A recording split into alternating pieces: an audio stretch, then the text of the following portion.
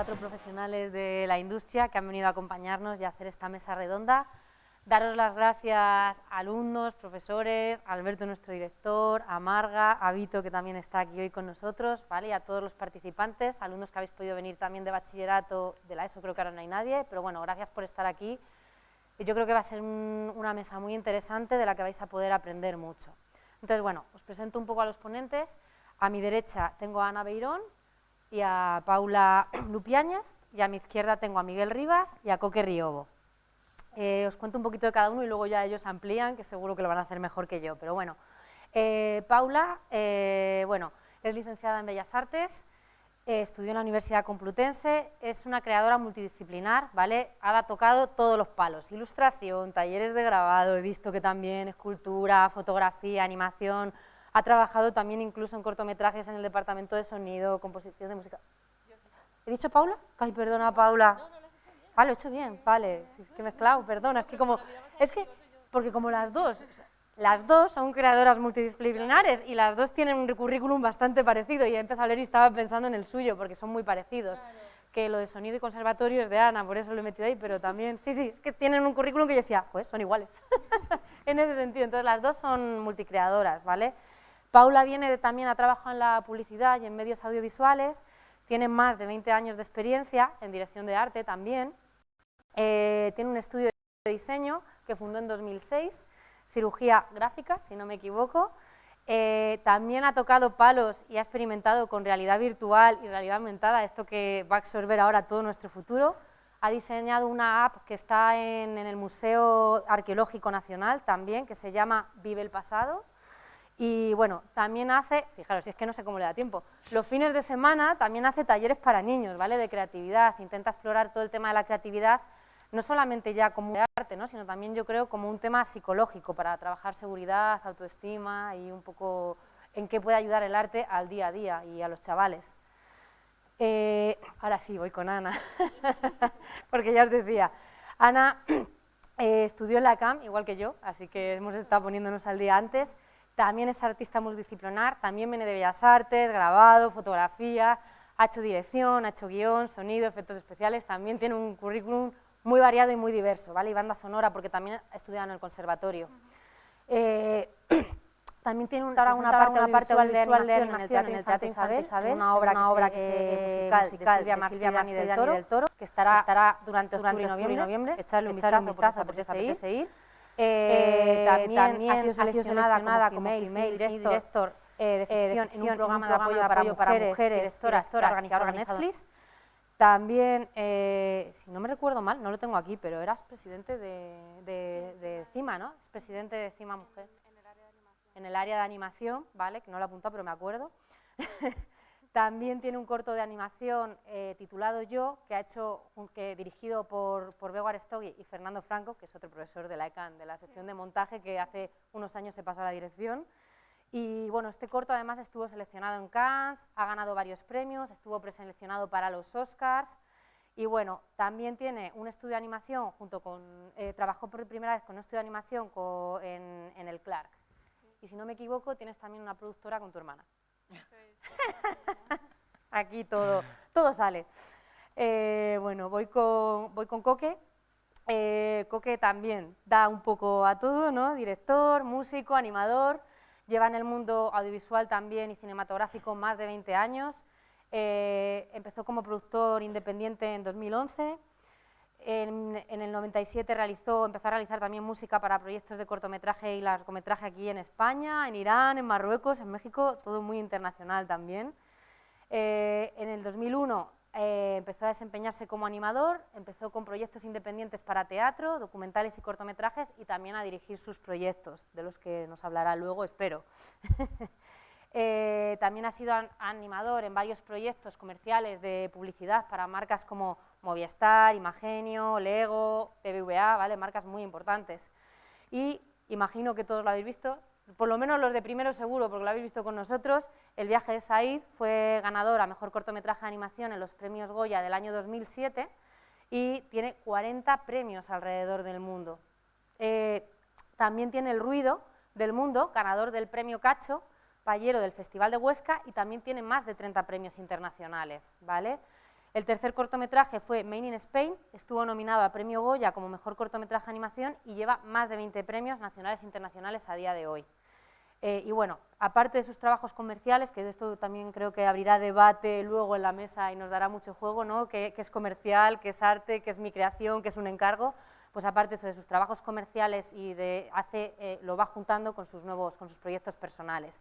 Y además con docencia, cursos, talleres a lo largo del mundo. Y llegamos a Miguel, ¿vale? Miguel está un poco más en el otro lado, más en la parte técnica, entonces también nos va a ayudar un poco a complementar esa visión más de, aunque ellos también tienen la parte técnica, pero más de visión artística con la parte técnica, ingeniero, si no me equivoco, es P-Blind y director técnico en El Ranchito, ¿vale? Ha estado trabajando en la 4ª temporada de Stranger Things, en películas como a ver si consigo yo el inglés, porque pasas mejor López.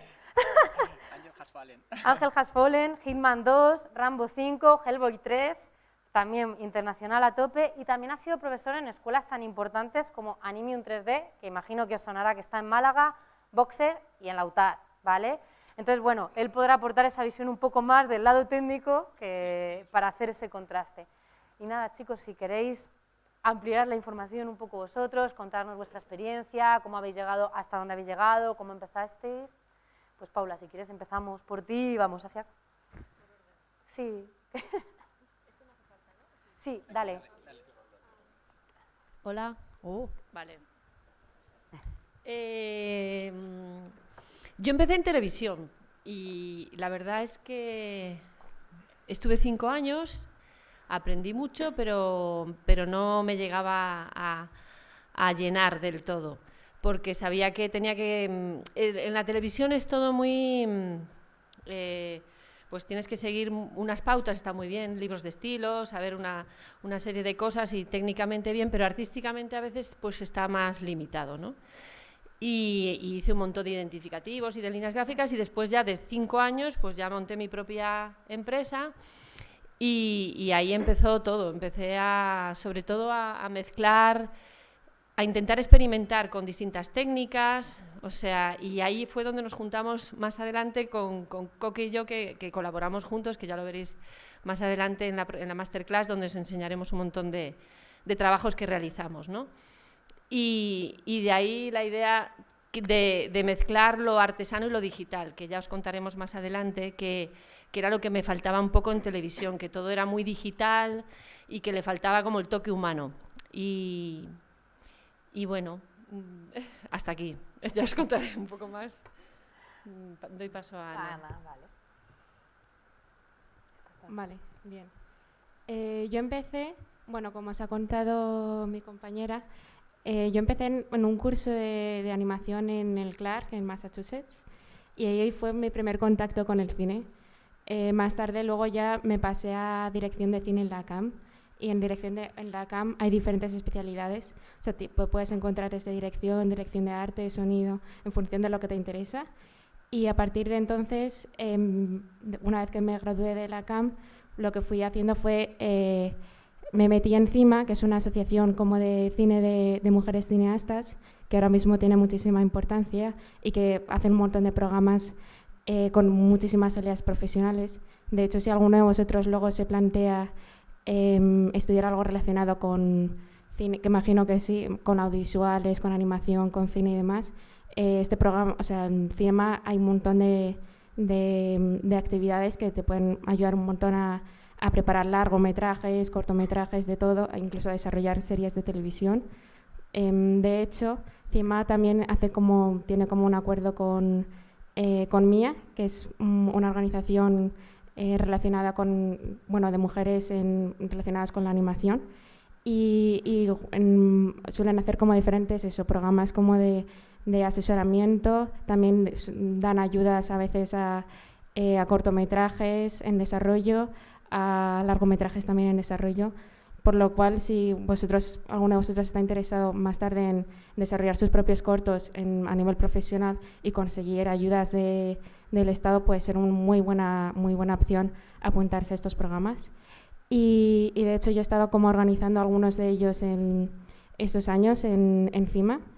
Como os ha comentado mi compañera, en CIMA yo estoy como soy delegada del área de animación, por lo que si a alguno de vosotros os interesa el campo de la animación, que me pregunte o cualquier cosa que os pueda ayudar, pues estoy totalmente disponible, ¿vale? Y luego también, en el sentido de composición musical, he estado haciendo como, pues eso, la música de varios cortos, preparando como la de un largo también ahora, un largo documental. Y bueno, también os quería contar un poco de mi experiencia trabajando con Netflix y luego también con otro tipo de cortos así como de ficción, pero a nivel profesional. O sea, en el sentido de que tienes como las ayudas del Estado, llega un momento en el que tú terminas, yo que sé, la carrera, los estudios y dices como, ¿y ahora qué hago con mi vida, no? O sea, ¿de dónde saco yo si te metes como en prácticas o si alguien te contrata o alguien te llama, ¿sabes, no? Y a mí, por ejemplo, mi primera, así como experiencia como laboral en el sentido de que te contratan, te dan como cosas así, fue a partir, de hecho, de un profesor de la CAM, Fernando Franco. Y Fernando Franco, lo bueno de él es que en la CAM todos los profesores están en activo. Eso lo que quiere decir es que compaginan el trabajo de la CAM con profesores, pero a la vez la docencia con el trabajo profesional, es decir, con los largometrajes que estén preparando, las series o cualquier trabajo. Entonces yo ahí entré a trabajar en un corto estudio de animación y ahí, a partir de ahí pues ya me salieron diferentes trabajos.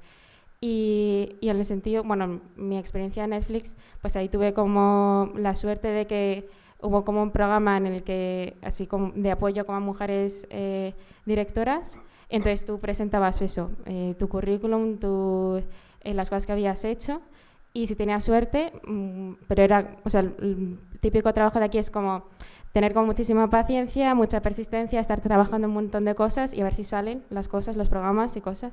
Y entonces aquí me cogieron y claro, la experiencia en Netflix es totalmente diferente a la experiencia normal en una productora, porque el sistema que organiza Netflix las cosas es totalmente americano. Entonces, el sistema de trabajo español con Netflix se está creando una dinámica y es totalmente diferente. Entonces, si luego tenéis como preguntas acerca de este aspecto, me preguntáis y yo en lo que os pueda ayudar también os ayudo, ¿sabes?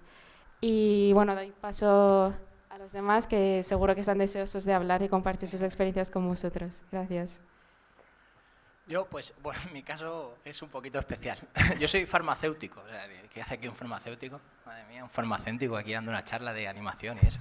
Soy farmacéutico. Luego, efectivamente, como han dicho, soy ingeniero también, porque después de acabar la carrera de farmacia en 2003, me gustaba mucho programar y la parte técnica y me hice ingeniero de telecomunicaciones.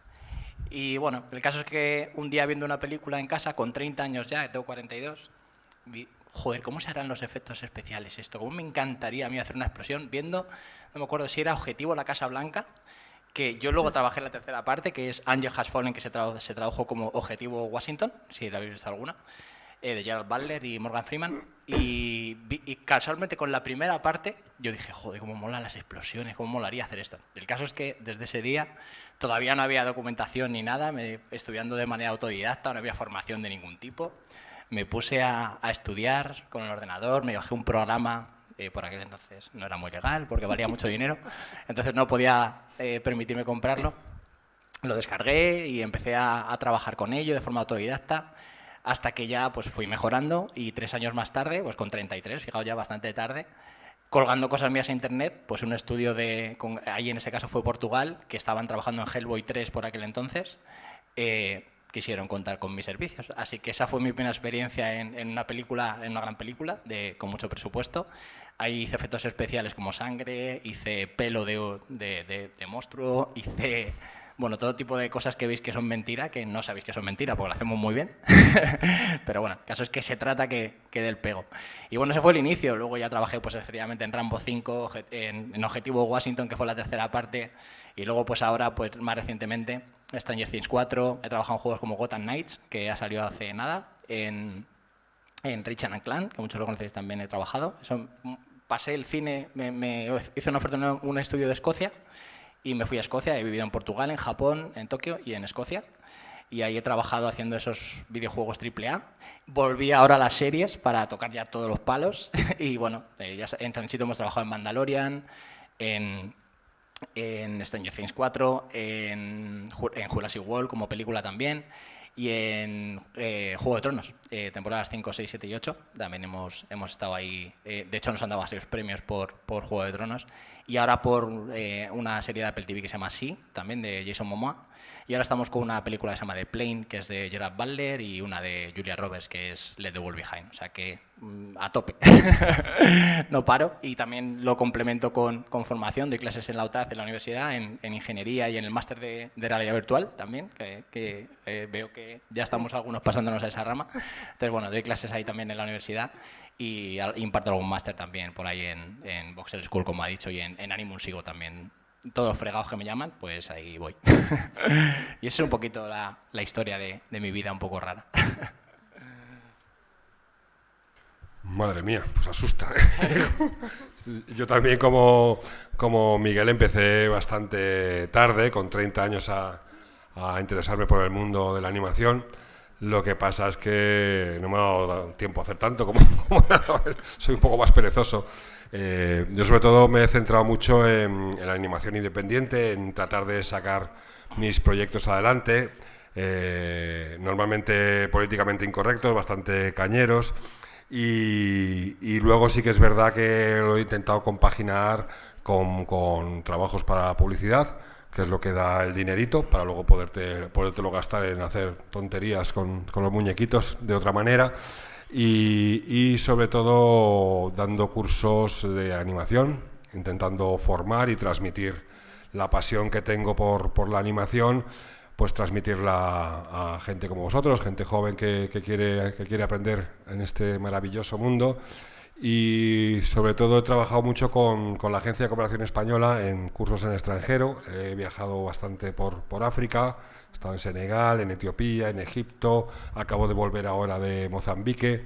Me gusta mucho trabajar con gente, con estudiantes de animación que no tienen tanto, fuera de Europa, quiero decir, que no tienen esta influencia tan clara que tenemos en Europa, que todos hemos tenido, que vosotros tenéis, porque no viven tan pegados a... Ahora ya, la verdad que cada vez es más amplio las influencias porque está el mundo muy globalizado, pero sí que es verdad que pues en África, en Asia y en Latinoamérica me encuentro gente con menos referencias de Tim Burton, de Disney, de Pixar, un poco todo esto, que este mundo que lo tenemos encima y que es muy difícil salirse de ahí.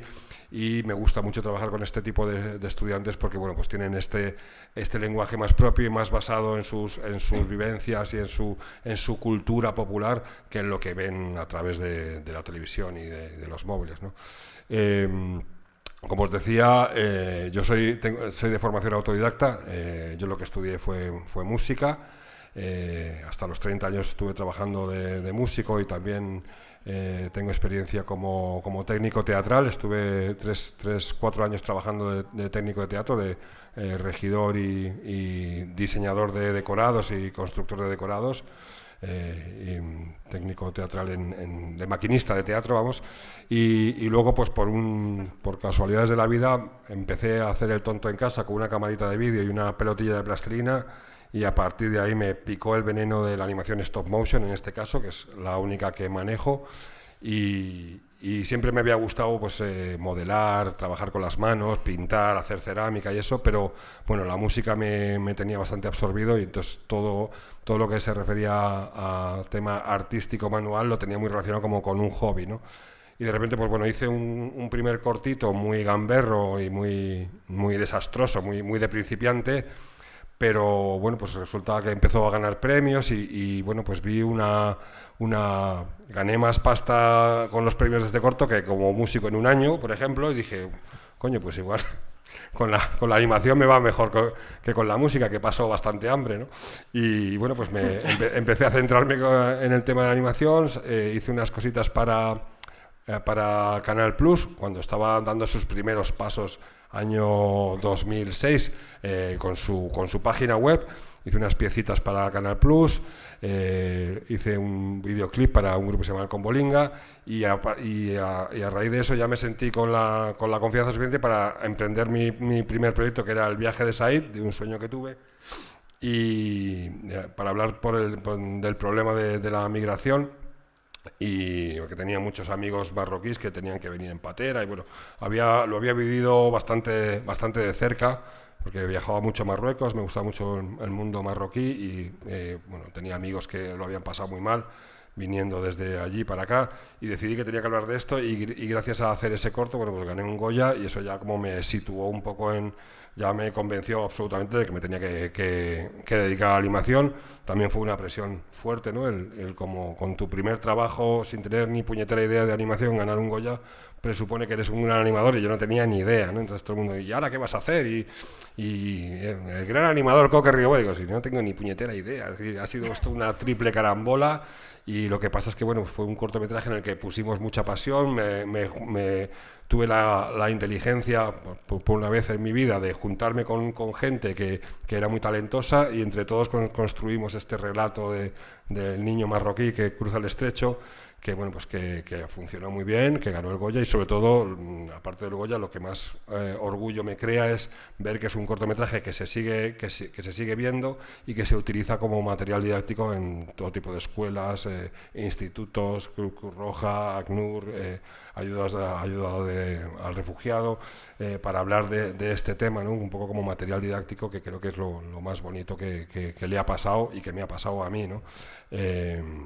Y luego, pues nada, he seguido intentando compaginar, como os decía antes, los cursos, la publicidad, la animación para publicidad, para sacar algo de dinerillo, para poder luego también, cada 3-4 años, pues intentar hacer un cortometraje de algo que me guste a mí, de los temas que me gustan, pues es dar por saco, ¿no? Meter el dedito en la llaga y hablar de temas políticos y sociales un poquillo a través de la animación, que es una técnica muy potente para hablar de ciertos temas peliagudos y escabrosos de una manera más suavizada y conseguir que el mensaje llegue sin que la gente de entrada se ponga a la defensiva, ¿no? Porque cuando tú ves un muñequito cantando y bailando y dices, ¡ay, qué bonito es! Pero ese muñequito en cuanto te despistes, te va a meter el hachazo, ¿no? y te va a meter el mensaje que ya sea social, ya sea político, que no te esperabas, ¿no? Por eso me gusta mucho utilizar la animación como herramienta de narrativa y como herramienta de poder hablar de estos temas tan peliagudos y que a veces pues estamos muy cansados, ¿no? De ver noticias y de ver de que todo va mal, que hay guerra, que hay crisis, y cuando lo tratas a través de la animación es la herramienta secreta, que le llamo yo, ¿no? El arma secreta para llegar al fondo de la cuestión, ¿no? y a la mente y al corazón de la gente, ¿no? Y eso, y poco más. Joder, también. Para despertar conciencias. Bueno, como habéis visto, han salido aquí de la nada, pero tienen una carrera muy importante detrás y un esfuerzo, ¿vale? Yo quería abrir debate con lo que he dicho al principio, arte versus técnica, técnica versus rebate. A veces es una ayuda y a veces es un problema. Yo siempre les digo a los alumnos, un pintor coge un lienzo y se va a pintar, pero nosotros, si vamos a hacer una película, requerimos de más personas, de un trabajo colaborativo y de mucha gente detrás, y de una técnica y de unos materiales. Entonces, bueno, quería un poco abrir debate con ello. Quien quiera. Bueno, en el stop motion, o sea, en animación en general, las películas se hacen con grandes equipos, incluso para cortometrajes necesitas un equipo. Yo con el viaje de Said tuve un equipo de 60, 70 personas, ¿no? Trabajando conmigo durante 2 años, ¿no? Entonces es muy necesario el saber trabajar en equipo. Veníamos hablando en el coche, ¿no? Esta cosa de siempre la lucha de egos, ¿no? Cuando juntas un equipo de gente que son todos muy buenos artistas y el conseguir que, bueno, pues que entre todos un poco remando en la misma dirección, sacar un producto potente y sacar una pieza de arte o un anuncio o una serie o una peli, y que todos remen en la misma dirección, ¿no? Y ahí está, pues, sobre todo el papel del director, que es un poco el papel de cohesión que supone alguien que tenga la inteligencia de saber obtener de sus equipos las mejores ideas sin menospreciar a nadie, intentando un poco mediar y conseguir sacar el máximo partido al equipo que tiene, ¿no? No soy yo el más indicado porque yo siempre trabajo bastante con una escala muy reducida. Igual Miguel puede hablar más sobre esto, ¿no? Bueno, sí, equipos grandes. Imaginaros, nosotros en Stranger Things, por ejemplo, en la última temporada habremos trabajado a nivel mundial no sé, 20 estudios, habrá habido 3.000 personas o 4.000 trabajando en ello. Nosotros en el ranchito somos 250 ahora mismo. Bueno, ya no, porque ahora somos americanos, nos ha comprado una empresa americana que se llama Fuse. Son 3.000 empleados a lo largo del mundo, en Nueva York, en la India, tiene estudios, en Canadá. Y para trabajar en un plano, solo en un plano que dura 3 segundos, pues a lo mejor trabajan 30 personas. O sea, es una auténtica barbaridad y no os imagináis el dinero que cuesta hacer esas producciones a nivel de Stranger Things, que es de lo más grande. Van aumentando su presupuesto según va triunfando la serie, porque pasó con Juego de Tronos igual. Juego de Tronos al principio no había mucho gasto en efectos, va eso como un tiro y empieza a evolucionar y hay una inversión brutal. HBO es súper exigente con esas cosas además, todo tiene que estar perfecto. De hecho, los fuegos te hacen hacerlos en 3D y luego en la película, o sea, en la serie la utilizan de verdad, o sea, es fuego real. Pero te quieren saber que está ahí por si acaso tienen que usarlo.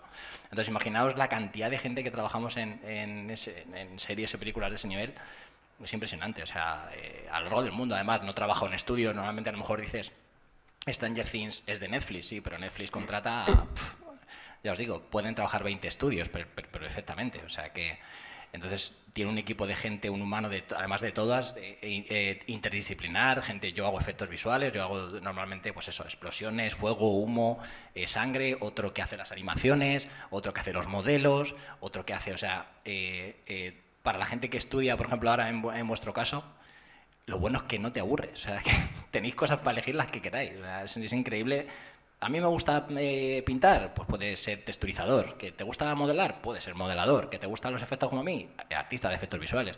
O sea, la verdad es que es una cantidad de gente y tanta disciplina que nunca os vais a aburrir, desde luego, en estos estudios que habéis elegido. O sea, que los equipos son muy grandes y muy interdisciplinares. Y como dice Coque también, los egos también entran en juego y hay que intentar ser lo mejor compañero posible porque nunca sabes quién en otra ocasión te va a proporcionar otro empleo entonces siempre hay que intentar ser lo más generoso sí, es la palabra con los compañeros, porque es verdad que a veces que los egos yo he trabajado en Vengadores y bueno los egos hay veces que es verdad que hay egos muy grandes, pero bueno, entonces sí es verdad que hay equipos grandísimos y muy interdisciplinares y hay que ser muy generoso. A ver, yo por ejemplo, pues estoy un poco bastante de acuerdo con lo que dicen ellos. En mi experiencia en Netflix es que es equipo súper grande y luego que el tema, por ejemplo, de efectos, pues bueno, están los efectos especiales, ¿no? Que son como, hay que diferenciar entre efectos visuales y efectos especiales porque efectos especiales también son los que están en rodaje, ¿no? Entonces lo que hablaba Miguel antes era como, vale, yo puedo hacer fuego digitalmente, pero es que luego rodaban fuego de verdad, ¿sabes? Y en mi experiencia, pues eso, de repente teníamos como un equipo a lo mejor de efectos especiales que estaban especializados solo en de rodaje y que a lo mejor ese equipo, pues el contacto que tenía con efectos visuales era a través de una tercera persona que se pasaba por rodaje y luego se iba al departamento de efectos visuales y a partir de ahí se ponían en contacto, pero a lo mejor presencialmente no se conocía ninguno de ellos. O sea que los equipos son tan grandes que muchas veces como figuras intermediarias que se ponen en contacto o que sirven como para hacer puentes entre diversas funciones. Y la verdad es que, por ejemplo, en mi caso, yo estaba como en el departamento de dirección y claro, pasaba por diferentes fases y a lo mejor conocía, vale, a la gente de postproducción más o menos les conocía, pero porque estábamos en contacto también con rodaje, pero luego hay departamentos como de producción que de diferentes áreas pues a lo mejor no tenían idea de quién era tal persona porque es el equipo tan grande y hay tantas empresas y productoras vinculadas también a Netflix que es imposible de conocer a todo el mundo. Y lo que dicen que también es muy importante es el tema de la lucha de egos, que por favor, o sea, yo os pido que eso lo tengáis muy en cuenta porque es que luego al final es una locura y siempre hay que tratar muy bien a la otra persona con el máximo respeto porque es que eso es esencial en la comunicación del equipo. Y sí, o sea, estoy bastante de acuerdo con ellos dentro de lo que cabe. Yo no voy a hablar de equipos porque he trabajado, ya han hablado ellos todos.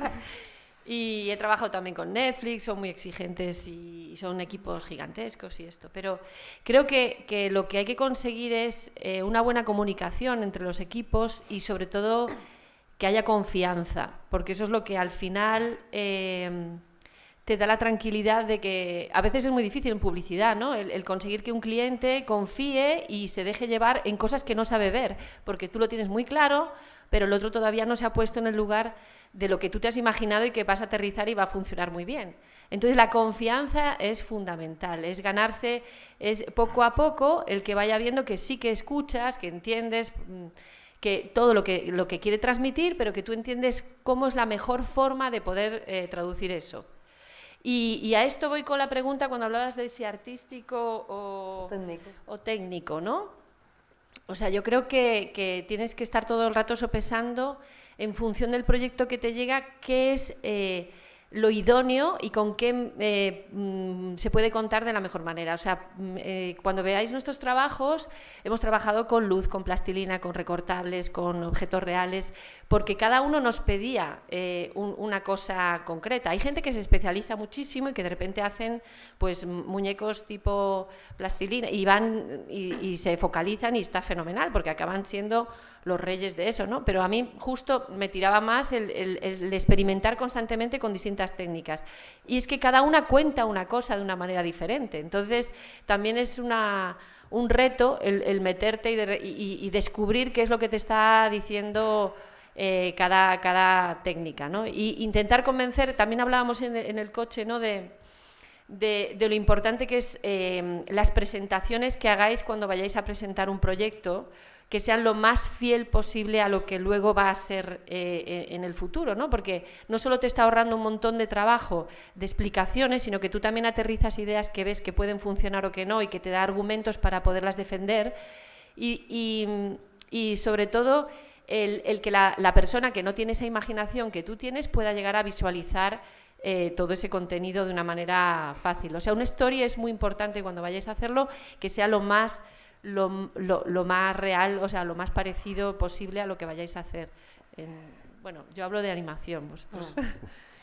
Sí, bueno, estamos todos un poco en el tema de animación, ¿no? Entiendo que esto es una onda muy relacionada con el tema de animación, por supuesto efectos especiales, que en el fondo también es animación, porque lo crean de la nada, ¿no? Es engañar un poco al ojo, ya sea con plastilina o ya sea con gráficos de ordenador, ¿no? Pero bueno, lo importante realmente, como decía Paula, es conseguir que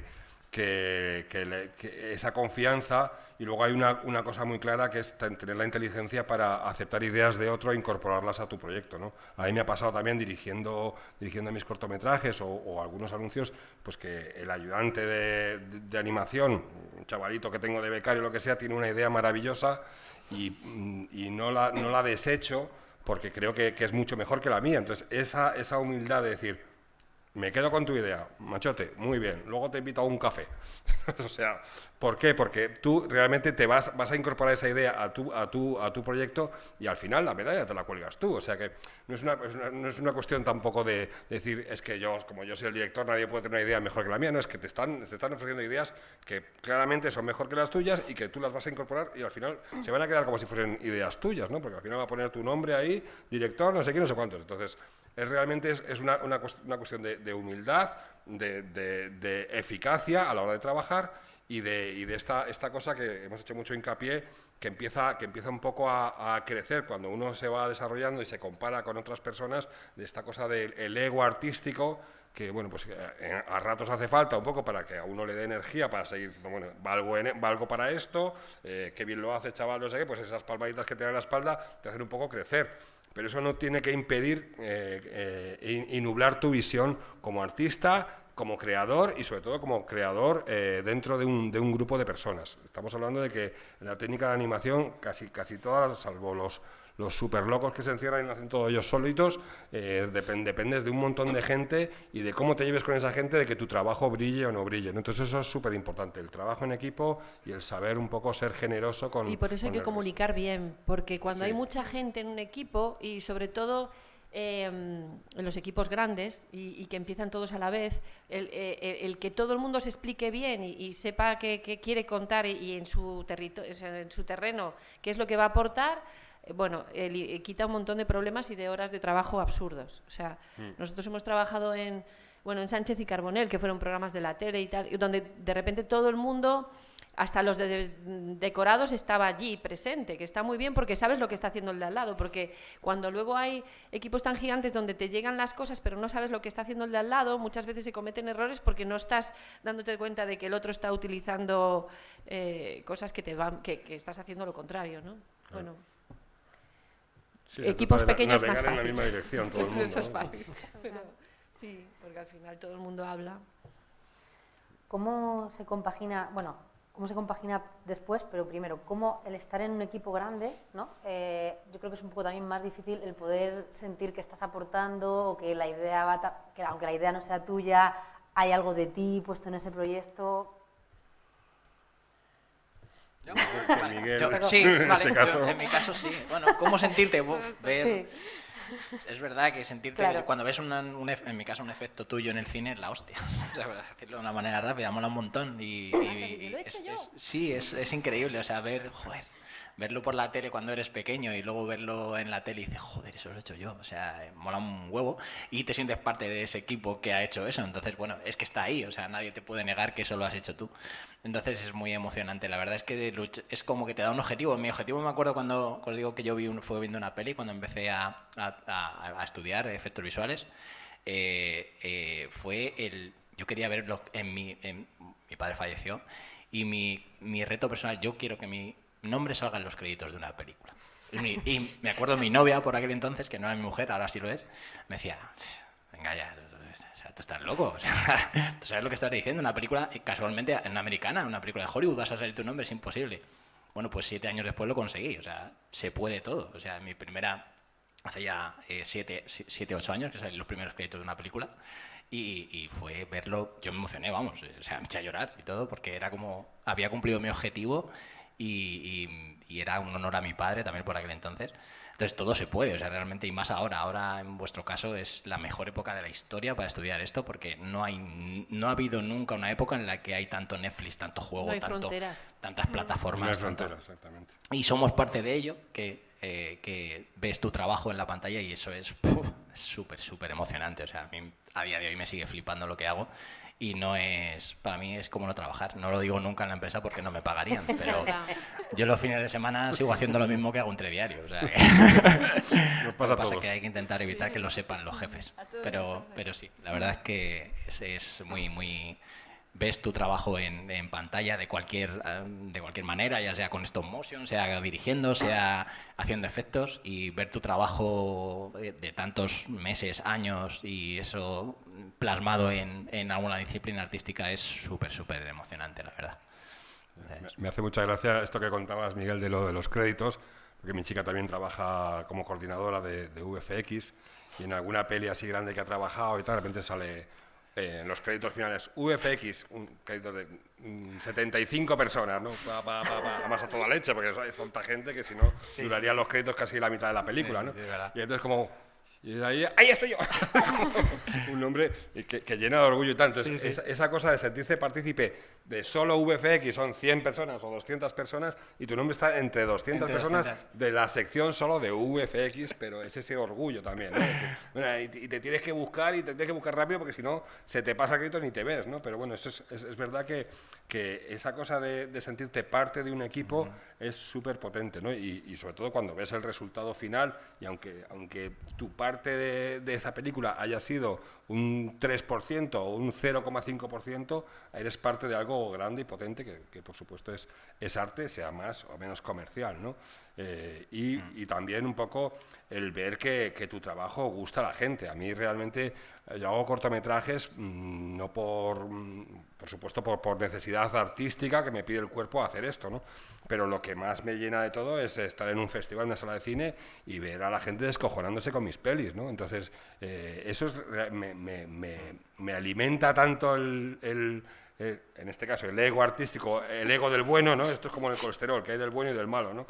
El ego bueno, que es lo que me da energía para luego volverme a meter otros 4 años encerrado en casa, gastarme mis ahorros en hacer una peliculita que no sé si a la gente le va a gustar o no, y estás 4 años dudando de si la idea que has elegido es buena, si merece la pena, si no merece la pena, y todo eso es el culmen de todo eso es cuando estrenas en una sala o vas al cine y ves que la gente disfruta con lo que has hecho, ¿no?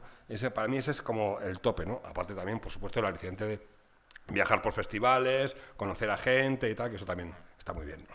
De hecho, nadie ve los créditos, solo los que trabajamos en ello, nadie los ve. O sea, cuando veáis a alguien que acaba una peli en el cine y veáis a alguien que se queda en la sala y hace fotos en la pantalla, es que ha trabajado en ello. Sí, nadie lo ve. Vale, yo quería, añadir bueno, también lo que me pasaba es que era de pequeña igual, el mítico sueño de, es que quiero ver mi nombre en créditos cuando terminas de ver una peli, ojalá conseguir eso, ¿no?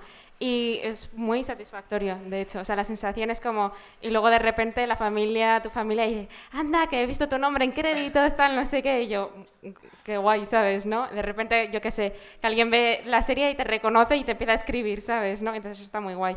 Y luego también la satisfacción de repente estás viendo como, pues eso, una peli, un corto, una serie o lo que sea, y de repente dices, este plano lo hicimos de este modo, aquí pusimos este fondo, esa textura es mía, o sea, que te sientes como una pieza pequeña como del equipo, pero también te sientes como muy bien dentro de ese equipo. Y en función, claro, del equipo que tengas, si es un equipo grande o pequeño, pues esa labor pues te sientes muy identificado, o sea, te da igual realmente, o sea, te da igual en lo que has estado trabajando, porque lo que importa al final es como sentirte parte de esa familia, o sea, para mí es como el equipo, por lo menos en animación, cine, televisión, al final acaba siendo como una familia porque te toca convivir con ellos día a día y claro, una vez que ves el resultado final, a lo mejor tú has visto una fase y no has llegado a ver como la siguiente fase, yo qué sé, has estado como en montaje pero no has visto la fase de color o no has visto el resultado final. Entonces una vez que lo ves en pantalla, en la primera proyección que se hace de equipo o en un pase oficial o lo que sea, es muy satisfactorio ver el resultado final y decir como, madre mía, hemos estado aquí durante todos estos meses trabajando y ha merecido la pena. Entonces eso está muy guay. En Publi no se firma, porque están hablando todo el rato del nombre y tal, y claro, en vuestro sector... Perdón, y a veces es mejor ni firmar, porque a veces hay que hacer cosas un poco vergonzosas en publicidad y dices, mejor que no se sepa que lo he hecho yo, ¿no? Sí, pero vamos, que somos anónimos los que hacemos publicidad.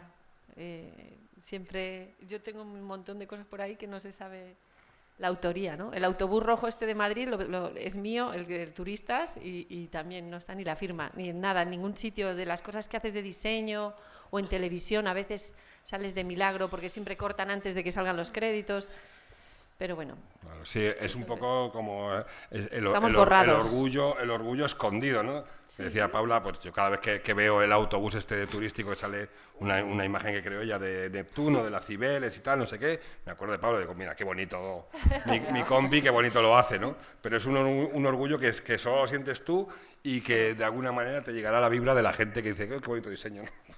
pero claro, no está tu nombre ahí puesto. Es verdad que para Publi es más complicado eso, ¿no? El sentir ese orgullo, es un orgullo más para ti y para adentro, de cuando lo ves que sale en la televisión, nadie va a saber que lo has hecho, aunque a mí a veces sí que es verdad que algunas veces me han dicho, hemos visto una cosa en televisión que era de stop motion, ¿lo has hecho tú? Y pues a veces sí y a veces no, ¿no? ¿Seguro que lo has hecho tú? Digo, pues no. Estaba muy bien hecho, sí. ¿Es tuyo? No, no es mío. Ya me gustaría, pero no es mío, ¿no? Y otras veces, como decía antes, anuncios que nos ha tocado hacer horripilantes que te preguntan, ¿eso lo has hecho tú? Y dices, sí, con la boca pequeña.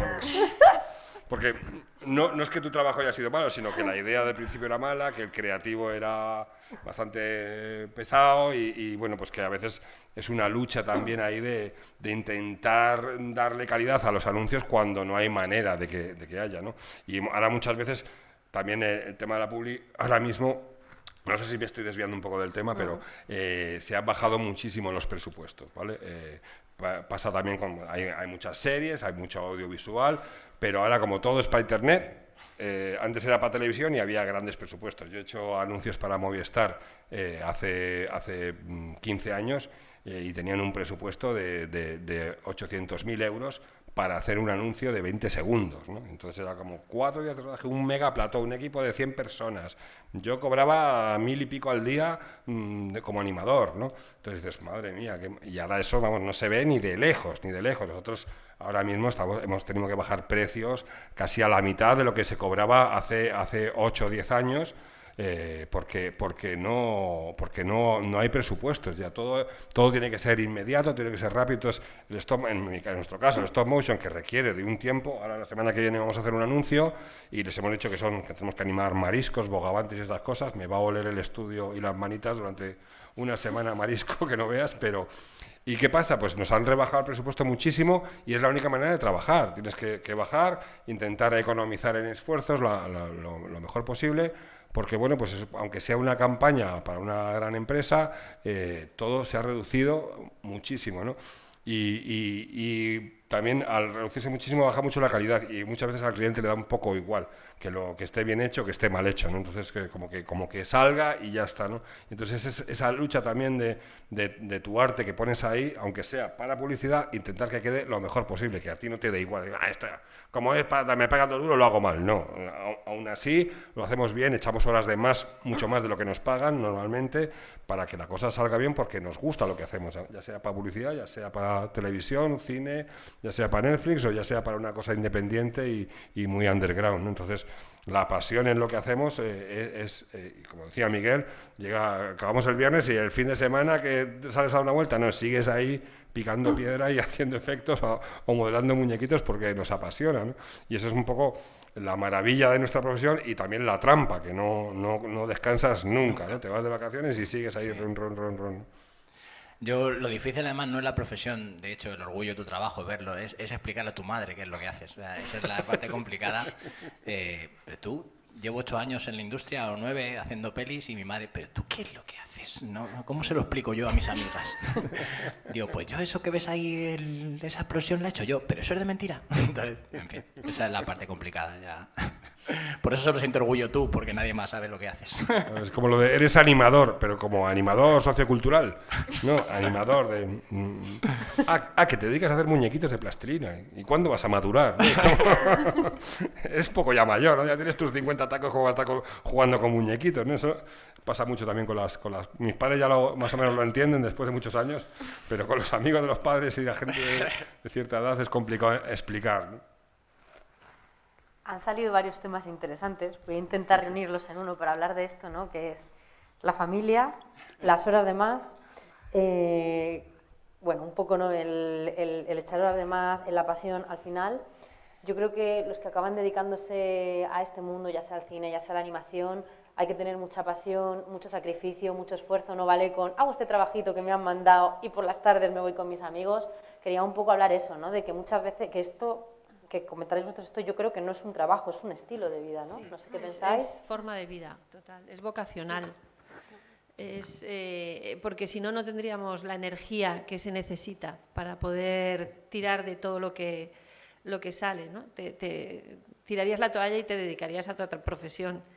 Pero es que es tan gratificante, o sea, yo no concibo otra forma de vida, porque es que va tan con cada uno que de repente es pues la manera de ver las cosas y de querer aportar algo de belleza en el mundo y de disfrute también personal, porque estás todo el rato disfrutando. Yo saco la lengua y me encanta. Entonces, bueno, es una cosa... Y luego combinarlo con la familia, pues...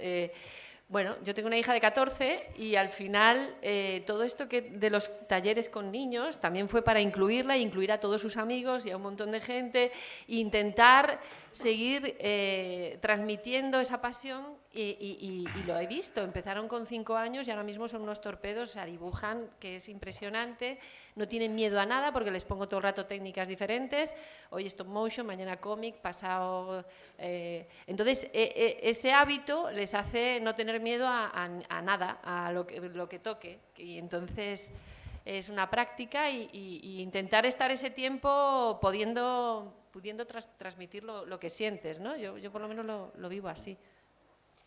Yo estoy bastante de acuerdo con lo que dice Paula también. Es una forma de vida, definitivamente, También por la forma en la que está planteado. O sea, todo el tema de artes visuales, animación, cine, televisión, al final es como requiere un tipo de...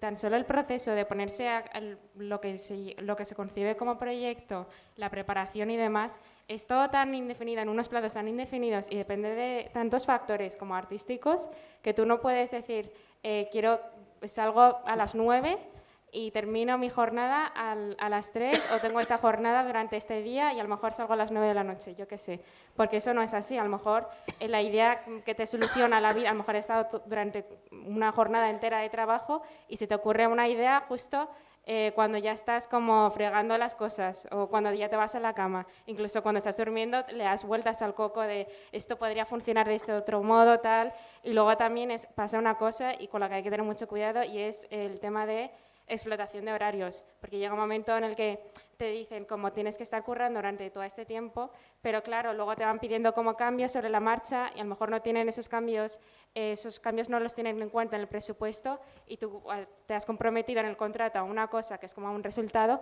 pero luego los cambios sobre esas versiones te pueden estar todo el día mareándote meses y meses para una tontería, ¿sabes? Entonces tú tienes que hablar con la productora con la que estés y decirle, yo trabajo en esas condiciones de trabajo para intentar que sea una cosa más humana, porque llega un momento en el que si no te sobreexplotan y eso suele pasar muchísimo cuando estás empezando, te intentan sobreexplotar un montón, pero porque se aprovechan de eso, porque dicen más, esta persona que a lo mejor no ha tenido tanta experiencia como otras, te vamos a meter en este tipo de trabajo y luego tienes que, o sea, tú en el momento de que firmas el contrato, asegurarte de lo que estás cumpliendo por horas y por precio. Y luego pasa una cosa, que te involucras muchas veces en proyectos que no sabes muy bien cómo van a salir, ¿sabes? O sea, mientras que si te sacas las oposiciones o trabajas, yo qué sé, en una oficina o lo que sea, sabes que al mes vas a ganar todo esto, sabes que al año más o menos puedes calcular, pero en este tipo de trabajos, como son tan artísticos, o sea, tú ya por sí sabes que depende de si sale bien el proyecto, se consigan estas ayudas y con eso puedes salir adelante. Si no, tienes que pensar en un plan B de conseguir otras ayudas, sino a lo mejor tienes que pensar en conseguir el apoyo de una productora que se interese por tu proyecto y al mismo tiempo manejar un montón de gestiones artísticas, pero también relacionadas con la producción para que tus cosas a nivel artístico salgan adelante. O sea, es así. Suena un poco duro, pero también es como muy divertido.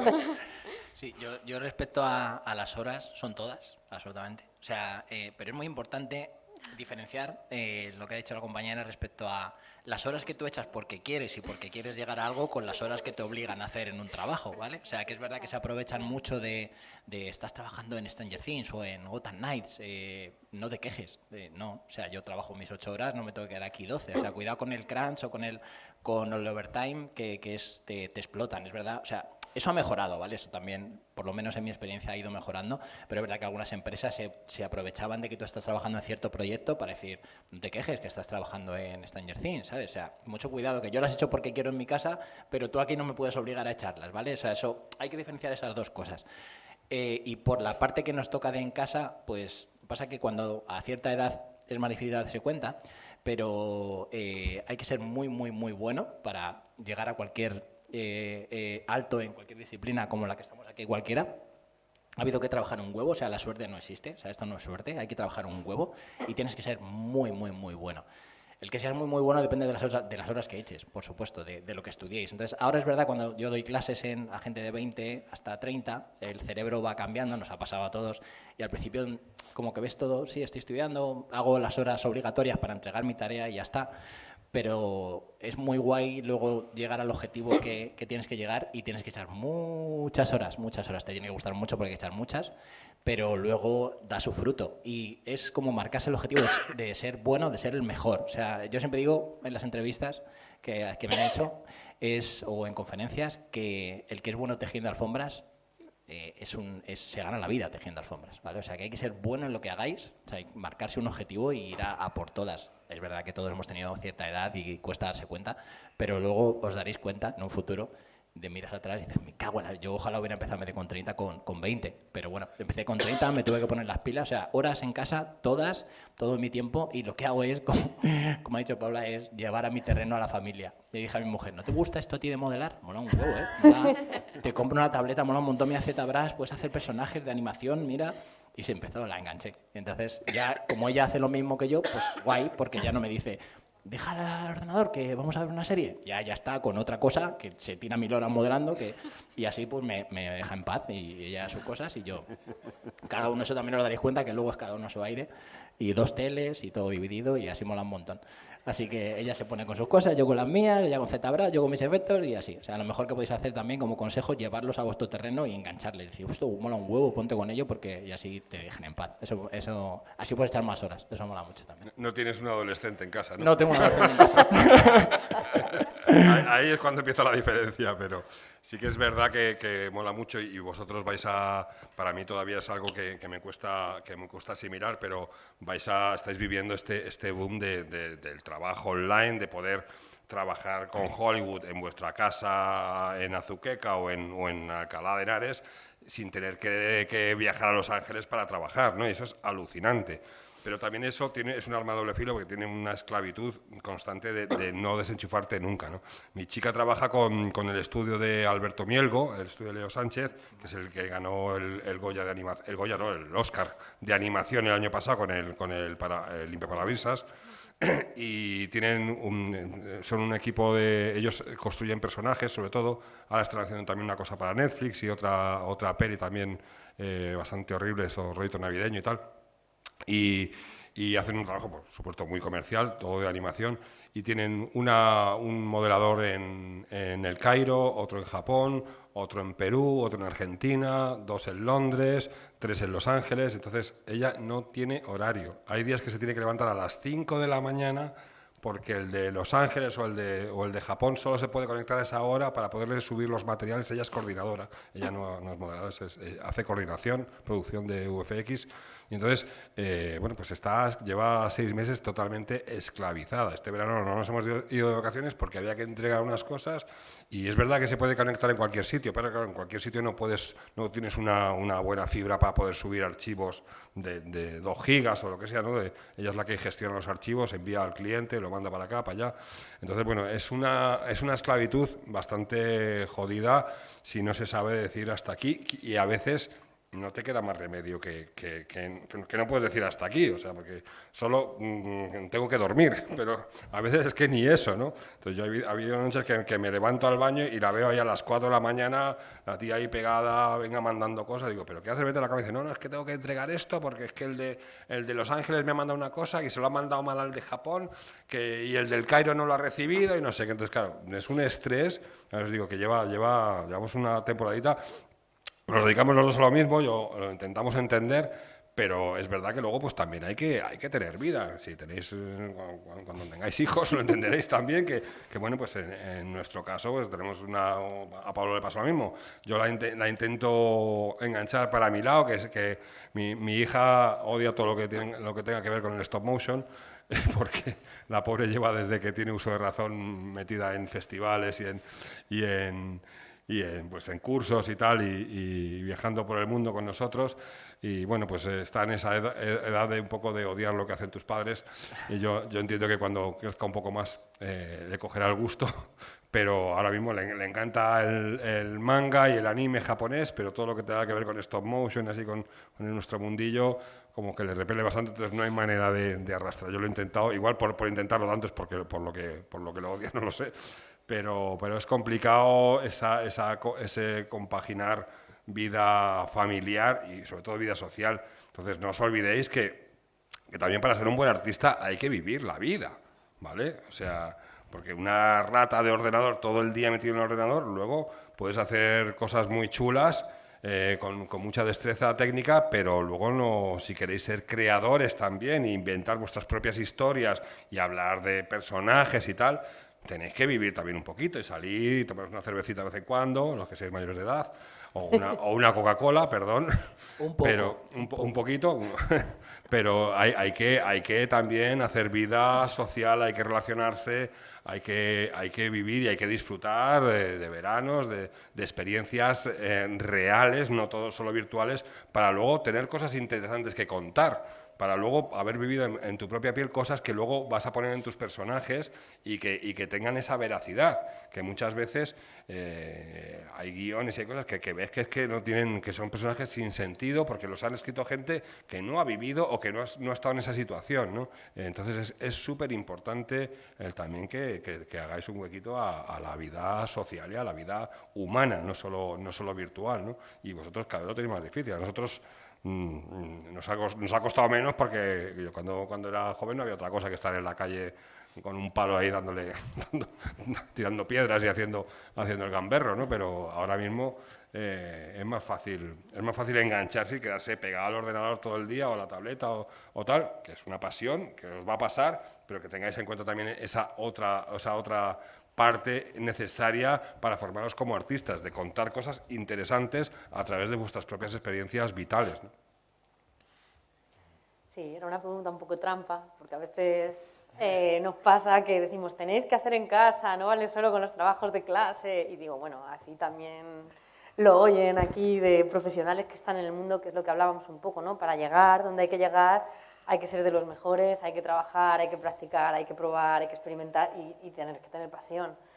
Yo recuerdo estar en cortos, ahora que habéis dicho eso también, de los cortos los hacía en fin de semana y entre semana trabajaba, estudiaba y claro, mi pareja estaba hasta las narices y hacía lo mismo, que necesito que vengas tú y tus amigos de extra, y me llamaba a todo el grupo de amigos de extras y era la manera de tener vida social en algunos momentos de mi vida, porque es que si no era imposible y así era, así funcionaba y cumpleaños y eventos de todo, bueno, se perdían, no puedo ir, tengo un rodaje, no puedo ir, tal. Entonces bueno, poco que sepáis también que esa parte está, pero es muy bonito porque también poder compartir eso con la gente que quieres, la gente alrededor y poder enseñarle cosas y motivarles, está súper guay. Has hablado, Coque, espérate porque se me acaba de ir, pero iba a decir algo y se me ha ido. Has hablado de algo que me parece muy interesante también, ¿no? Que es la experiencia de vida. Entonces, la experiencia de vida para contar ideas. Entonces, bueno, la experiencia de vida, los referentes, ver mucho cine, ver muchas exposiciones, ¿no? Un poco las referencias, las referentes.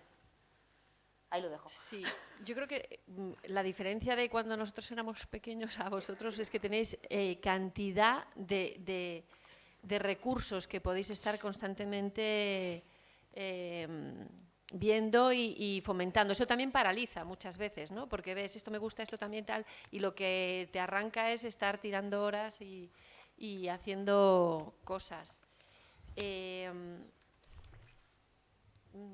Se me ha ido todo el santo al cielo ahora mismo. Eso es lo que me ha pasado a mí antes. Te dejo a ti, se me ha ido. Sigo yo y cuando te venga Retomas. Vale. Sí, o sea, yo creo que eso es importante y luego también experiencia de vida en el sentido de lo que hablábamos de sales con tus amigos, a lo mejor es que te puede dar la clave para una idea de un corto, ¿no? O sea, tú estás, yo qué sé, trabajando, pero luego también tienes que salir con tus amigos, salir con tu familia y a lo mejor la persona que te has encontrado en la parada del bus, pues la ves y dices, jolín, es que esta persona es la que busco para que sea mi personaje en este corto. O a lo mejor tu tía te cuenta un dramón familiar y de repente dices, ahora entiendo de qué va mi historia, ¿no? Entonces yo creo que eso te da la clave. O sea, cuanto más vivas, al final, Sí. mejores ideas, más naturalidad van a tener tus personajes, más fácil va a ser contar las cosas que quieres contar y más originales también van a ser. Entonces, para mí, experiencia vital siempre, Es o sea, fundamental. ultra recomendada. Sí, sí, sí. Sí, la vivencia personal es la única que va a ser sincera y la que la gente se va a creer cuando seas creador y crees algo.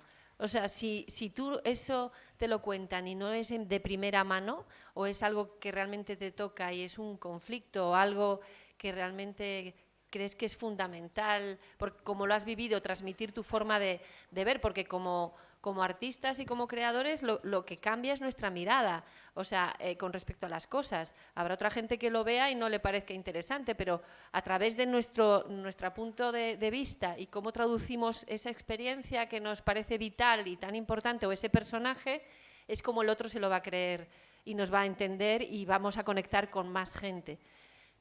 Y ya, Dori,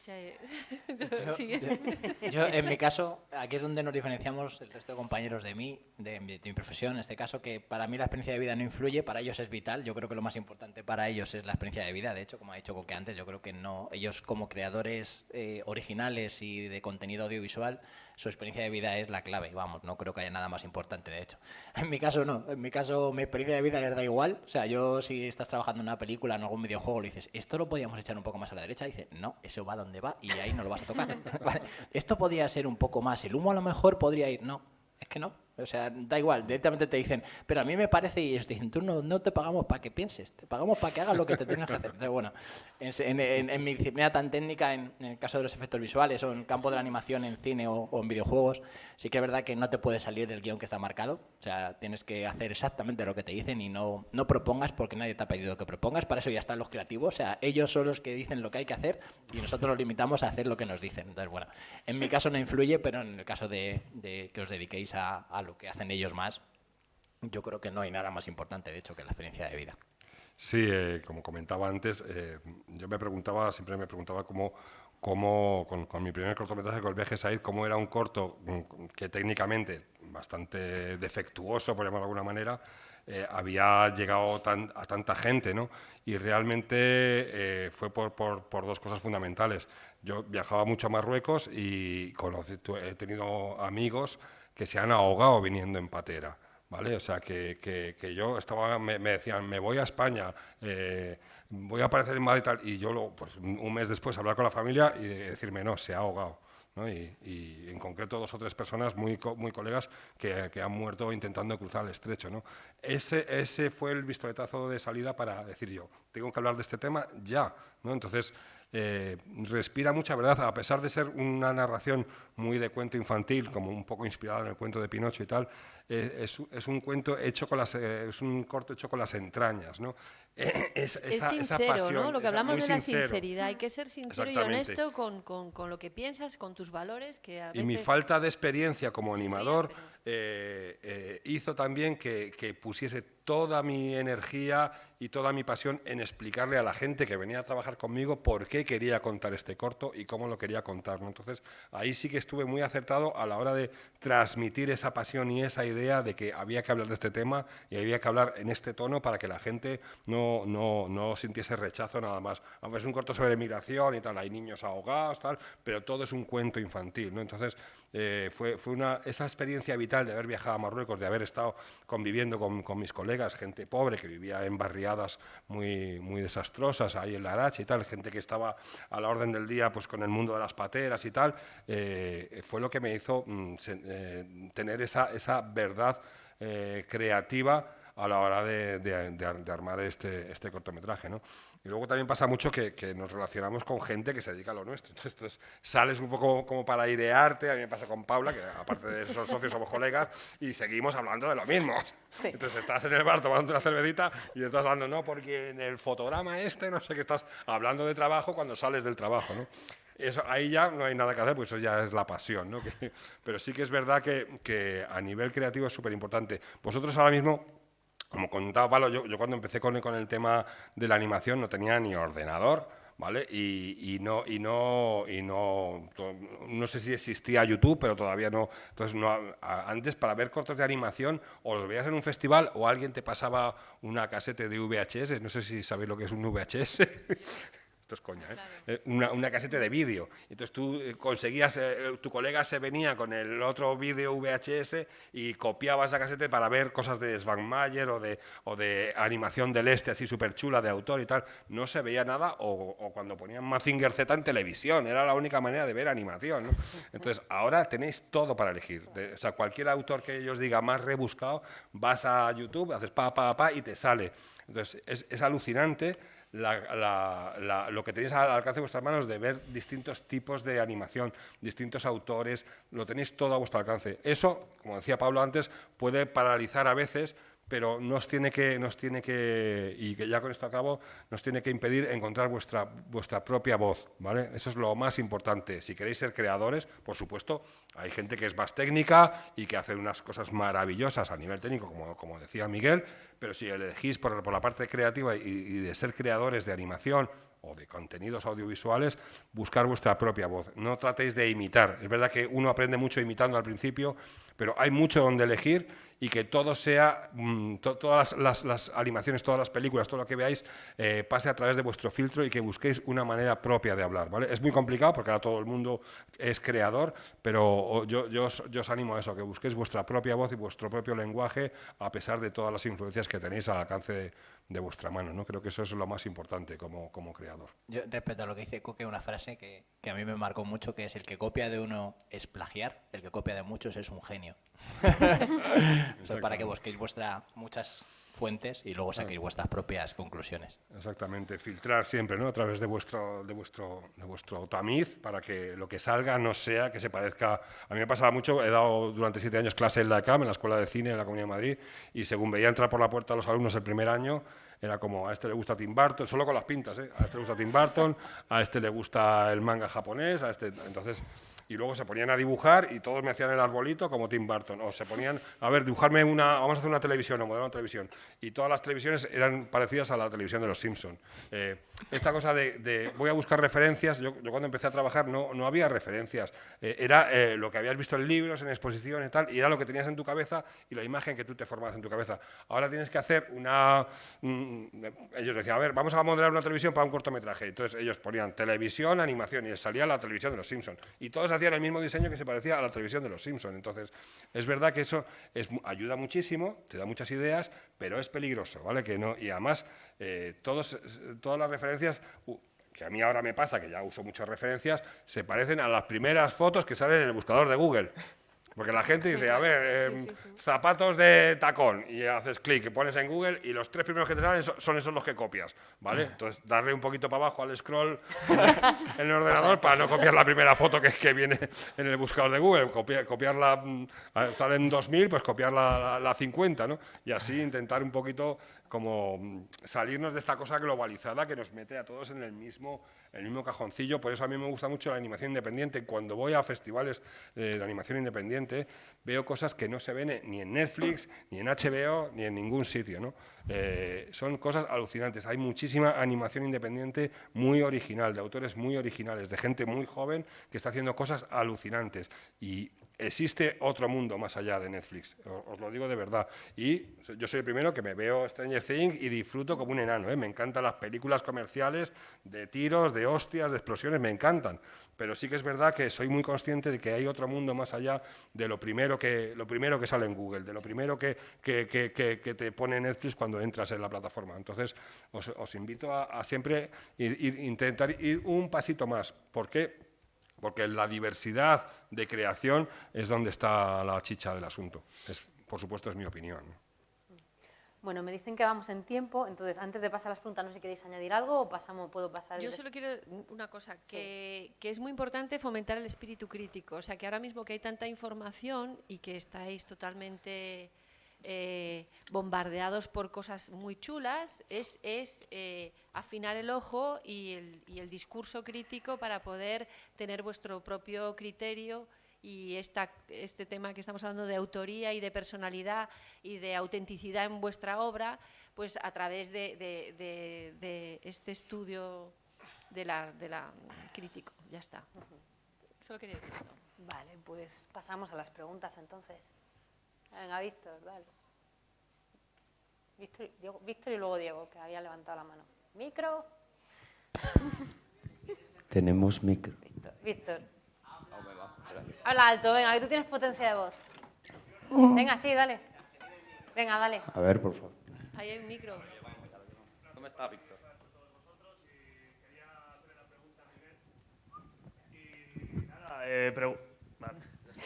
Hola, sí. Y nada, mi pregunta es para Miguel. Y has dicho antes en tu presentación que has trabajado en el videojuego de Ratchet & Clank. Sí. ¿En cuál concretamente? En el último de PS5. Vale, y la pregunta viene a raíz de eso. ¿Qué se siente al trabajar en algo tan potente y tan importante como para muchos el videojuego de su infancia?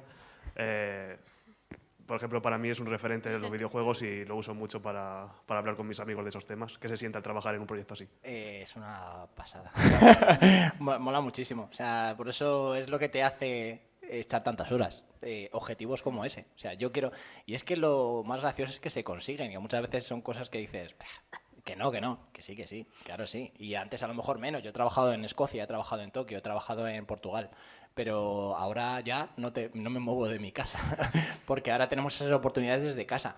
Y no tiene secretos nada más que ser bueno y que la gente vea que eres bueno, ¿vale? Porque es muy importante ser bueno, pero es muy importante las redes sociales y no puede ser tu madre la única que sepa que eres bueno. Tiene que saberlo todo el mundo, con lo cual colgar comunidades, relacionarse, networking, es tan importante. Entonces, lo que sientes es brutal. Es lo que te lleva a hacer lo que haces tantas horas, porque es verdad que hay que echar muchas horas.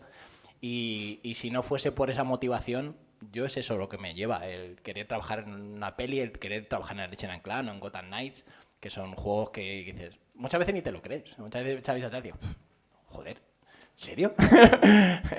pero sí, es trabajar mucho y cuando estás trabajando y te da el bajón que te va a dar, como nos da a todos, pensar, es que quiero trabajar en este juego y o sea, ponértelo como meta y es que se consiguen. Antes era yo me acuerdo cuando decía lo de trabajar en estos videojuegos o películas, que es imposible. Mi mujer me decía, ¿qué dices?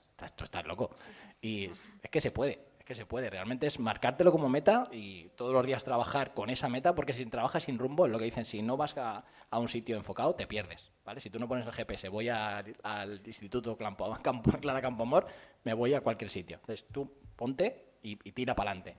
Y Ratchet & Clank, pues te enteras, ¿qué estudio trabaja en Ratchet & Clank? Pues Insomniac, vale, pues entonces yo voy a echar a Insomniac, voy a ser bueno y le voy a llamar mi reel a Insomniac. Y se consigue.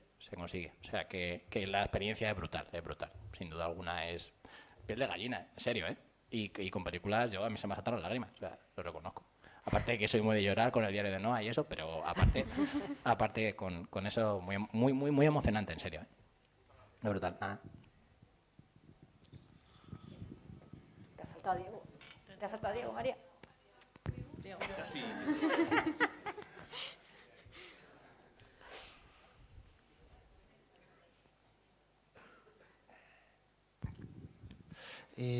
Yo quería preguntar que como tú has empezado con los efectos especiales, ¿cómo tan difícil puede ser en efectos especiales? Porque, claro, no es tanto como animar un personaje o la banda sonora, que también es una cosa que transmite mucho, pero en los efectos especiales, ¿tú cómo te viste para empezar? O sea, ¿es difícil entrar siendo en efectos especiales o no? Bueno, hay que diferenciar efectos especiales de visuales, que no es lo mismo. Especiales es lo antiguo, maquillajes y cosas de esas que hacían manual, ¿vale? Esos son los especiales. Y los visuales son los que hacemos por ordenador. Cuando yo empecé, yo creía que era imposible. O sea, era dificilísimo el entrar, dificilísimo. Había mucho menos que ahora y tenías que tener un nivelazo. Yo he tenido que echar muchas horas. Yo era a las 3 de la mañana y estaba ahí haciendo explosiones, huracanes, o sea, tornados, de todo. Era difícil. Ahora es menos difícil. Lo primero porque tenéis la suerte de tener formación como la que estáis cursando, que antes no existía. Eso por un lado ayuda mucho. Y luego difícil, no hay tantas referencias ahora y tanto tutorial, tanto curso y eso, que es mucho menos difícil ahora que lo era en el pasado. Pero hay que trabajar mucho, o sea, eso no te lo va a quitar nadie. ¿Cómo difícil es? Es difícil, pero nada que no se pueda conseguir, ni muchísimo menos tomándoselo en serio. O sea, cualquier persona de las que estáis aquí puede hacerlo sin duda alguna. ¿Que es difícil? Sí, eso es la gracia, que hay que trabajar mucho. Pero nada, un día haces una explosión, mañana haces un fuego, ves un tutorial, estáis estudiando ahora, vas complementando, vas aumentando tus conocimientos y se consigue. Ahora es más fácil, ahora es mucho más fácil porque ahora es que los equipos son muy grandes. Antes no había tanto, pero es que ahora del ranchito me acuerdo cuando empezó Juego de Tronos eran 50 o 25 personas y pasaron a ser 250 en nada de tiempo. O sea, y ahora somos 3000. O sea, que es que eso han crecido tanto, es que ahora la oportunidad es mucho mayor. Entonces, ahora es mucho más fácil y cuando yo empecé, mucho más. Aún así hay que trabajar mucho.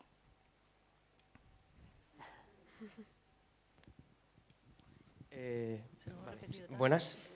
Bueno, esto es una pregunta para vosotros. Y bueno, quería preguntar, bueno, referido a las horas que habéis estado comentando. Bueno, en un trabajo normalmente uno pues, se exige demasiado a la hora de entregar un proyecto o una parte de un proyecto para que salga adelante. El caso es que quería preguntar cómo medís vosotros esas exigencias y, bueno, si puede contestar también la frustración que se siente a la hora de no conseguir ese ideal de proyecto que tenéis. No sé si me he explicado. A ver, tú vas haciendo, o sea, en el sentido como de horas y de trabajo, vale, tú tienes como unas determinadas horas y sabes que obviamente, como es un tipo de forma de vida, vas a ir o sea, vas a ir por otro lado, vas a ir un poco en función de la productora con la que estés hablando. Pero también es importante el tema de, tú sabes que la primera versión no va a ser la definitiva, ¿sabes? O sea, la gente piensa, vale, pues hago este curro y una vez que termine esta versión, ya está, se acabó. Pero esta primera versión normalmente le llega al dire, el dire la ve y dice, es que yo quiero que esto sea como un poco diferente, porque yo lo había visto de este modo. Entonces tú, a través de dialogar con el dire, pues lo vas haciendo como versiones. Y entonces ahí es cuando tienes que tener como cuidado de decir, vale, yo te puedo hacer hasta 3 versiones y ya, ¿sabes? O sea, porque a veces el director no tiene las ideas claras y te puede estar todo el día pidiendo como cambios y diferentes versiones y no puede ser. O sea, llega un momento en el que no das abasto y dices, ya está. Entonces hablas con el director o con la directora y entonces a través de ese diálogo de comprensión mutua dices, vale, llegamos a esta versión. Otras veces es simplemente primera versión y decir, vale, un par de retoques y ya está, versión final. O sea, te puede pasar de repente estar como currando súper poco en un proyecto a currar muchísimo en un proyecto y nunca sabes lo que va a pasar. O sea, muchísimo depende de la comunicación que tengas con el director. Yo siempre creo que somos como, en general, los creadores como mediums que necesitamos como que nos transmitan lo que quieren y escribirlo como realmente nos lo están. Cuanto más absorbamos y mejor nos quede clara el mensaje de cualquier directriz, ya sea gráfica o de guión o lo que sea, mejor. Tenemos que estar con los ojos muy abiertos siempre, ser muy empáticos y muy observadores para poder saber también si abusan de ti o si no. Sí, yo quería añadir, perdón, mi frase favorita, que no es mía, que es de mi mujer, que todo el mundo me pregunta, ¿y qué hace falta para ser un buen animador stop motion? Y siempre digo lo mismo, alta tolerancia a la frustración. Sí, ¿vale? Eso es lo más importante.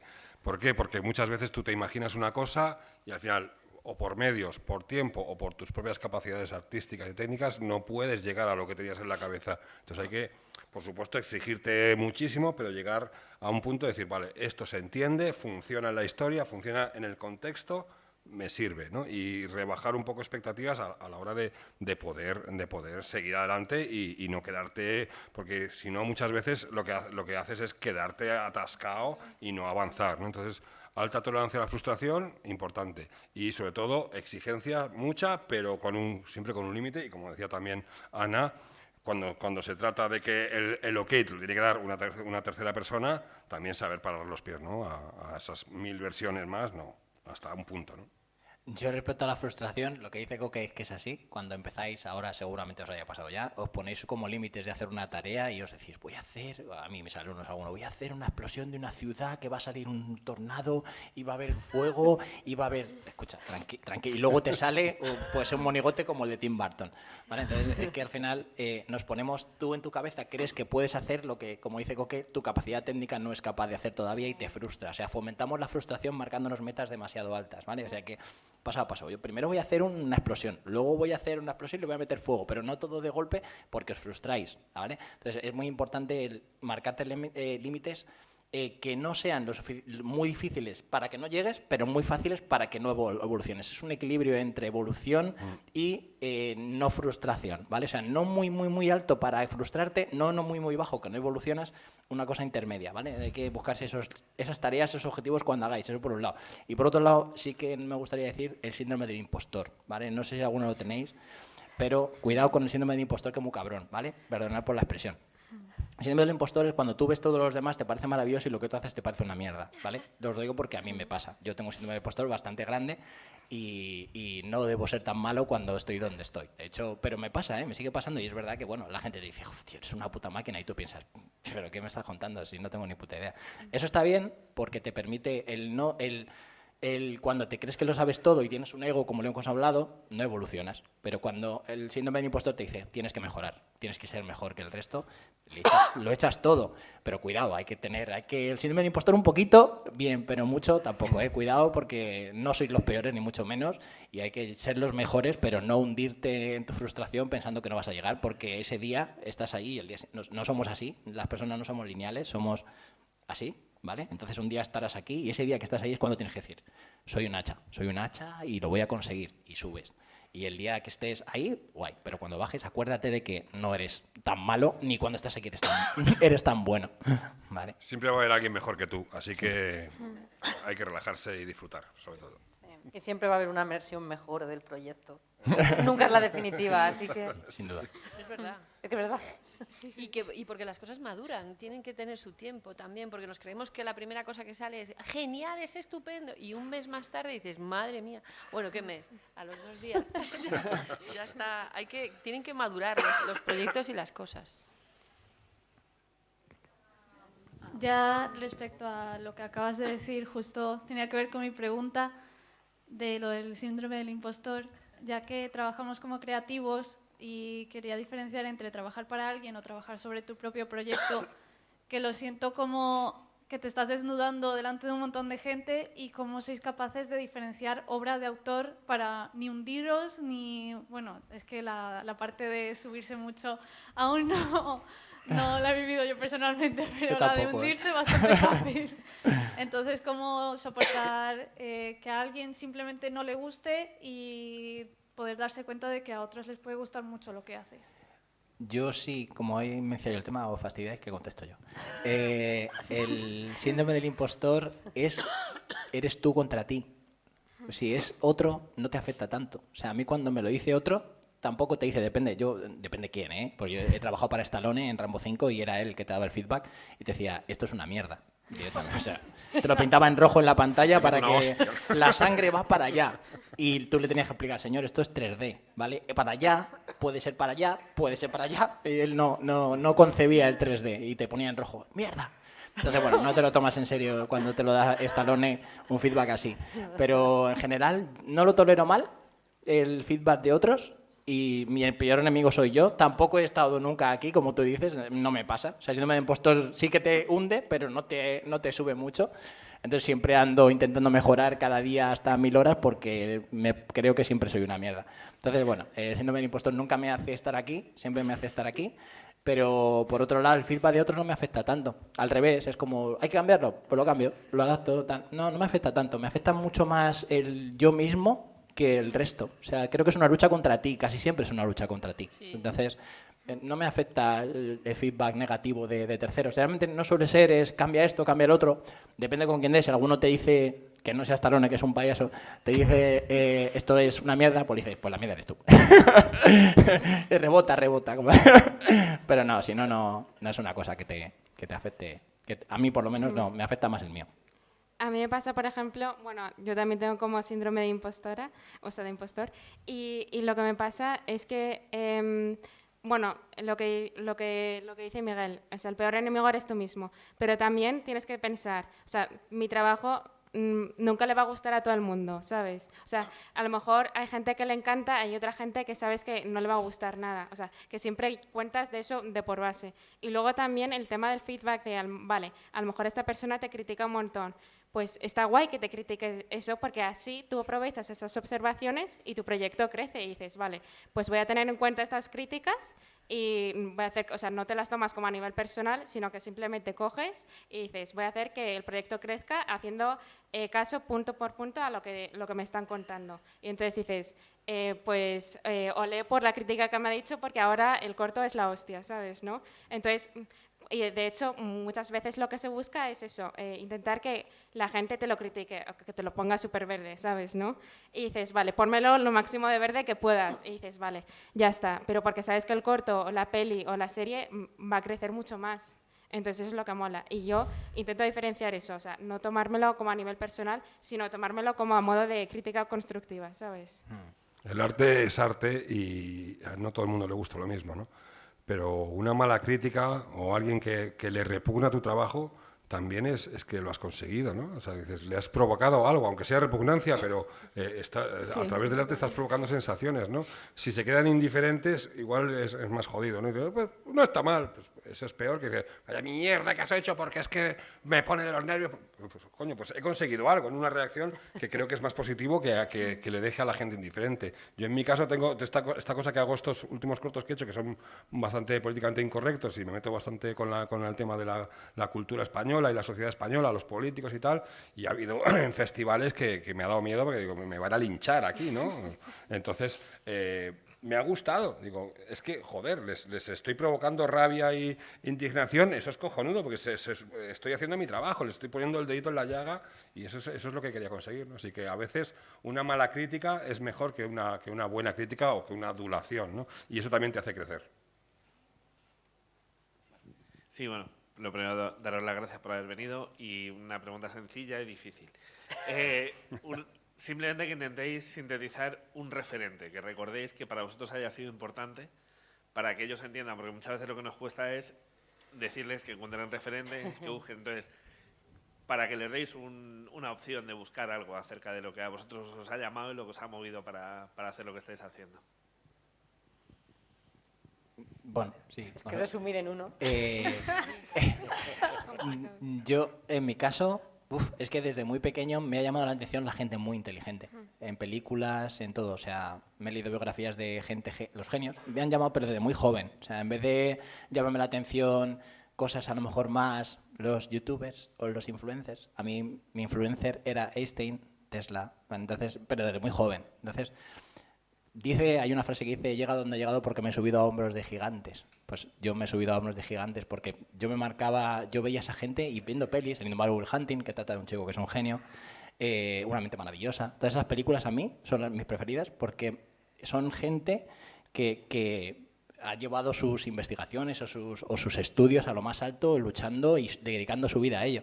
Y a mí es que han sido mis referentes, esas referencias que buscamos en cine, siempre ha sido así. Ha sido en gente que yo me llamaba la atención no por físicos, no por likes, sino por cómo eran y por lo que lograron. Entonces, al fin y al cabo, en lo que vivimos, a mí lo que yo cuando piensas en tu futuro en la muerte, que hay que pensar inevitablemente, pues a veces yo lo que más me duele es no dejar un legado, o sea, no dejar algo que yo haya hecho, aunque sea un crédito en una película o algo, o sea, que alguien, o sea, marcar en mis alumnos un antes y un después y que se acuerden de ti, para mí era lo más importante. Entonces, toda esa gente que ha dejado un legado, yo como mi misión era, yo quiero dejar algo y que se acuerden de mí. O sea, gente que trabaja en la industria, tengo alumnos ya trabajando en grandísimas películas, eso es para mí es mi legado. Entonces, eso es lo que a mí me preocupaba y esa gente que a mí admiraba, es gente que me han dejado su legado. Y es la gente que yo he admirado siempre, esos genios y que han hecho prosperar. Tú puedes contribuir a tu manera, o sea, uno pues trabajando como creativo, que ha dejado su impronta con su corto, independientemente del premio, como él dice, él ha marcado vidas de gente. Entonces yo creo que eso es lo más importante, sin duda alguna, para mí es lo más importante y ha sido mis referentes, toda esa gente que nos han hecho evolucionar. Sí, para mí, en mi caso, yo recuerdo... ya hace como bastantes años, me acuerdo, de hecho, en alguna típica charla como estas de, pues si estáis como en segundo bachillerato, ¿no? Más o menos. Pues yo me acuerdo, cuando tenía vuestra edad, más o menos, llegó Javier Fesser, no sé si sabéis quién es, bueno, es un director como de cine español como bastante famoso. Y claro, para mí era como un gran referente porque era como, jolín, ha hecho Mortadelo y Filemón, ha hecho todos estos cortos que son súper famosos, tal, no sé qué. Y, jolín, me encantaría como hablar con él y pedirle como consejo, ¿no? Entonces yo me acuerdo de estar hablando con él y justo le empecé como a enseñar cosas y dijo, "Buah, Ana, es que me encanta tu trabajo, deberías de estudiar en la CAM, tal, no sé qué". Entonces yo me acuerdo de meterme allí y luego de encontrármela en festivales y se acordaba de mí y hemos seguido como en contacto durante todo este tiempo, pero porque al final es como una persona que está currando allí en el sector, tú le tienes como gran admiración, te gusta un montón el trabajo que hace, te gustaría ser como esa persona y, jolín, hace muchísima ilusión que esas personas luego al final te ayuden a tu crecimiento profesional. Entonces yo os diría que aprovechaseis porque en España de verdad hay muchísima gente. Para mí fue como Javier Fesser, pero para vosotros puede ser cualquiera que os interese y que luego os ayude en vuestra carrera profesional un montón. Te toca. Me toca. Todavía estás pensando, te veo. Bueno, yo tengo muchísimos referentes, pero siempre que me hacen esta pregunta me acuerdo de un profe de matemáticas que tuve en séptimo de GB, que será el equivalente ahora a primero de ESO, creo, ¿no? Yo siempre he sido un desastre como estudiante y especialmente con las matemáticas no las aprobaba nunca. Y entonces vino este profe y me dijo: te estás todo el puñetero día dibujando, haciendo dibujitos en el cuaderno, no sé qué, tal. Este profe me cambió la vida porque nunca me han gustado las matemáticas y nos explicaba geometría con plastilina, como se buscaba siempre y las clases no eran de matemáticas, era de lo que se le ocurría y al final acababa relacionando algo con las matemáticas, ¿no? De lo que nos estaba contando, ¿no? Y sin darnos cuenta, al final nos metía a la lección de una manera súper didáctica, ¿no? Y este tío me dijo: bueno, ya has suspendido la primera, la segunda, la tercera evaluación, te van a quedar las mates. Mira, si me haces una película de dibujos animados de cómo sumar y restar polinomios, ya que estás todo el día dibujando, te apruebo. Y yo, pero ¿cómo una...? Sí, una película de dibujos. Tú búscate la vida. ¿No te gusta dibujar? Sí. Bueno, pues nos juntamos con otro compañero que era igual de pieza que yo, con el tema de las matemáticas, que estábamos todo el día dibujando, y hicimos una película de dibujos animados de sumar y restar polinomios con acetatos pegados en una pared con un tomavistas de Super 8. Que tenía mi padre, que había comprado en Andorra hacía no sé cuántos años. Estoy hablando de la época en que no existían los ordenadores, ¿vale? Año 1980. Hicimos esta película y el tío me aprobó. La película era 2 segundos de sumar y restar polinomios, no sé qué tal, y luego salía él, que se le caía la cabeza, no sé qué, una calavera por allí y tal. Entonces el tío se tomó la molestia de coger esa cinta de Super 8, de celuloide, llevársela a su casa, buscar un proyector, ponerla, verla y decirnos: bueno, de sumar y restar polinomios no hay mucho en la película, pero me he divertido muchísimo, estáis aprobados. Este tío me marcó, porque me enseñó el valor de los profesores, el valor de saber enseñar y el valor de saber apreciar cuando tienes un profe que te puede marcar, y a mí sobre todo me ha marcado también de cara a yo poder explicar y transmitir las ganas de hacer animación y el arte de hacer animación, ¿no? Este tío me marcó. Yo no me dediqué a la animación hasta, de repente, 15 años después, que yo era músico y tal, y de repente 15 años después me dediqué a la animación a partir del año 2000. He buscado a este señor para ver si lo encontraba en mi antiguo colegio y tal, le he pedido dirección y no lo he encontrado, para decirle: ahora me dedico a esto gracias a ti, que plantaste esa semilla y que yo en ese momento hice esa película de animación y no hice nada más de animación, me puse con la música y tal, y 15, 20, casi 20 años después me dedico a la animación gracias a esa semillita que plantaste, ¿no? Así que apreciar a vuestros profes, que eso es muy importante. Ahí, luego me pasas ahí. Luego el jamoncito. A mí me pasó también lo mismo con un profe, pero era externo, era un chico que ayudaba a la directora. O sea, en el año 86, hace 2000 años, bueno, había un concurso de Mundo Básquet 86 y nos daban un tablero de 5 metros por 3 para poder hacer lo que queríamos y presentarlo. Y entonces, primero querían coger solo a la gente que sacaba mejores notas y yo era de notable bajo, no sé qué, y entonces a mí no me iban a coger. Entonces hice una huelga delante de la directora y todos los recreos me sentaba delante y dice: ¿qué le pasa a esa niña? Que quiere pintar, que quiere dibujar, que quiere... Y al final me metieron en el equipo. Y nos ayudó este chico que yo no conocía, que era un chico joven que había estado en ese mismo colegio. Y entonces yo le llegué con todo, como la historia del baloncesto desde el Paleolítico hasta los de hoy en día en la NBA, dibujado.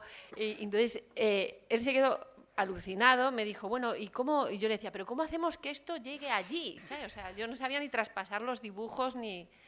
Y entonces me vio con tanta pasión, estábamos fines de semana dibujando, me metieron en el grupo a 5 sordomudos majísimos que decían ¡Mariño! Bueno, era increíble. Y todos juntos conseguimos ganar el premio en Galicia de Mundo Básquet 86 con este taller, bueno, con este gran mural. Y él fue el primero que me dio el programa de Bellas Artes y me dijo, tú tienes que hacer esto. O sea, yo no tenía ni idea de lo que era, pero decía, tú tienes que hacer esto. Y claro, mucho después lo hice, ¿no? Pero él lo veía clarísimo y si no me llego a cruzar a lo mejor con este profesor, con este chico tan majo que había hecho Bellas Artes en Madrid y me decía, es que lo tienes que hacerlo. Y me insistía tanto y yo veía ahí pedagogía de la imagen, pero ¿qué será esto? ¿Sabes? Qué rollazo patatero. Y luego, pues eso, esta persona fue importante. Bueno, pues eso. Vale, muchas gracias por vuestras respuestas. Tenemos tiempo para 2 preguntitas más. Vale, pues te lo paso. Pues a ver si soy capaz de formular bien la pregunta, pero es más bien si tenéis algún consejo. Por ejemplo, a mí lo que noto que me pasa mucho, me gusta hacer mis trastos, por ejemplo, en videojuegos y en animación, pero cuando veo que no me sale algo, noto que pierdo el día. O sea, noto que es como un día perdido y que no he aprendido nada. ¿Tenéis algún consejo para esa frustración o para poder invertir mejor ese tiempo? Por ejemplo, con trabajos de clase, tengo una idea, la empiezo a desarrollar, pero a lo mejor veo que me llega la fecha de entrega y veo que la idea no está desarrollada como yo quiero y tengo que hacer algo muy, muy simple. O que va encaminado a lo que tenía al principio, pero que no es lo que yo quería. Es que hay que medir tus fuerzas. O sea, me refiero, Sí, tú tienes que también saber... Bueno, los límites de cada uno es súper importante, saber en qué... Y un poco lo que comentaban antes, ¿no? De cada reto que te plantees, que tenga parte de novedad, parte de que ya conozcas. No puedes meterte a ciegas en algo desconocido al 100%, porque nunca sabrás ni dónde vas a llegar ni cómo vas a llegar. O sea, que siempre es como una especie de evolución sobre lo que tú estás... Nunca vas a perder el día, porque has aprendido un montón de cosas ese día. Pero es como un pasito más cada vez, ¿no? Y después ya tienes muchos pasitos con muchas cosas y ya puedes ir como mezclando, pero bueno, os dejo a vosotros. Yo te diría, al día, yo qué sé, coges y dices, vale, tengo que hacer este trabajo de clase o me gustaría hacer este vídeo de tal efecto, ¿no? Entonces te marcas un mini objetivo y dices, pero no, porque sabes que tu objetivo final va a ser el tocho, ¿sabes? Entonces dices, voy a llegar a este mini objetivo que es hacerme ya el planteamiento de un poco como el boceto de todo, ¿no? Entonces dices, vale, llegas a ese día, te pones a ello y dices, vale, lo he cumplido. O si no lo he cumplido, pues dices, vale, pues lo termino mañana, ¿sabes? Pero son como minis objetivos. Una vez que tienes esos minis objetivos ya hechos, pues dices, ahora voy a intentar llegar a este objetivo. A lo mejor para llegar a ese objetivo necesitas como enseñárselo a alguien o incluso buscar informarte más sobre el tema, ¿no? Yo qué sé, por ejemplo, si es un vídeo y de repente pues te piden como, yo qué sé, un efecto como de trueno, de fuego o algo así, pues entonces dices, mi siguiente objetivo va a ser empollarme este tutorial y que me salga exactamente igual a este tutorial. Una vez que cumples ese objetivo dices, ala, listo, sigo al siguiente objetivo. Entonces te vas dando cuenta de que llegas como, vale, he cumplido ya estos como 4 objetivos, ya solo me quedan como 3 objetivos, ya he llegado como al 70% más o menos. Entonces dices, ya está, yo estoy más cerca como de la meta. Pero para mí la clave es esa, como minis objetivos. Planificación, sí. Que lo vais a utilizar después muchísimo. O sea, es muy importante... Eso, perdón. Sí, pero sí. Justo, distribuirte más o menos el tiempo. Dices, vale, pues tengo X días, yo qué sé, puede ser una semana, o puede ser un mes, o puede ser un año. Y durante esos X días, pues dices, tengo estos objetivos, los cumplo y ya está, ¿sabes? Y yo haciendo la prueba de decir, vale, sin objetivos y luego yo marcándomelos. Y me pasaba como a ti, de decir como, cuando no tenía ningún objetivo era como, jolín, es que he desperdiciado, o sea, siento que he malgastado toda la mañana o incluso un par de días o incluso una semana cuando tendría que haberme ya puesto a currar y hacerlo bien, ¿sabes? ¿No? Y para mí la clave era ese, ¿sabes? Entonces, sí. O sea, saber para todas mí las fases del proceso, porque muchas veces a lo mejor decimos, bueno, pues ¿qué vamos a mover? A este tipo que vaya para allá. Pero es que antes de que este tipo vaya para allá hay que hacer un diseño de personaje, ver cómo va a ser el desplazamiento, hacer un pequeño story. O sea, muchas veces falta el conocimiento de cuántas fases previas hasta que esta cosa va a hacer eso.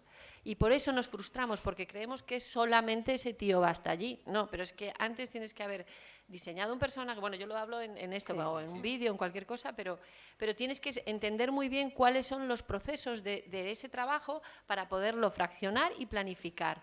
Porque si no, si te saltas es cuando te frustras, cuando quieres meter tres fases en una, porque no lo conoces y de repente pues es demasiado. Sí, de hecho, perdón que incida, es que esto a veces nos cuesta explicarlo, porque a veces nos cuesta que entiendas que es como, pero esto de la preproducción, ¿por qué no vamos directamente a la cámara y a mover el muñequito? Súper importante. Y esa parte a veces cuesta un poco de explicar y de ver el proceso, pero de que es importante, aunque sea un rollo, os parezca un rollo. Claro, porque luego te encuentras con el problema aquí, ¿sabes? Sí, como decía Miguel antes, metas cercanas, que lo ha explicado muy bien Miguel, ¿no? Sí. O sea, poner la meta aquí te frustras. Si te pones una meta muy baja, lo haces y dices, ya lo he hecho y me voy, no. O sea, metas cercanas y asequibles, ¿no? Entonces, ir escalón a escalón. Esto es una escalerita y hay que ir, no puedes ir de los escalones de 3 en 3 porque al final te tropiezas y bajas 7 escalones de golpe, ¿no? Entonces, que os pongáis metas asequibles y cercanas, ¿no? Yo creo que es importante. Esto es como cuando tú dices, voy a aprender inglés.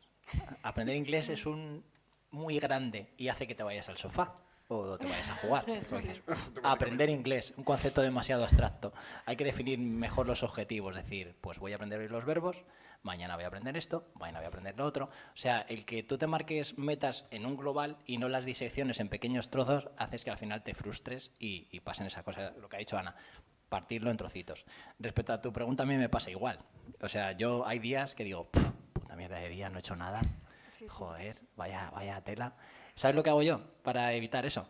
Y porque a mí me pasaba como a ti y odio esos días que no he hecho nada.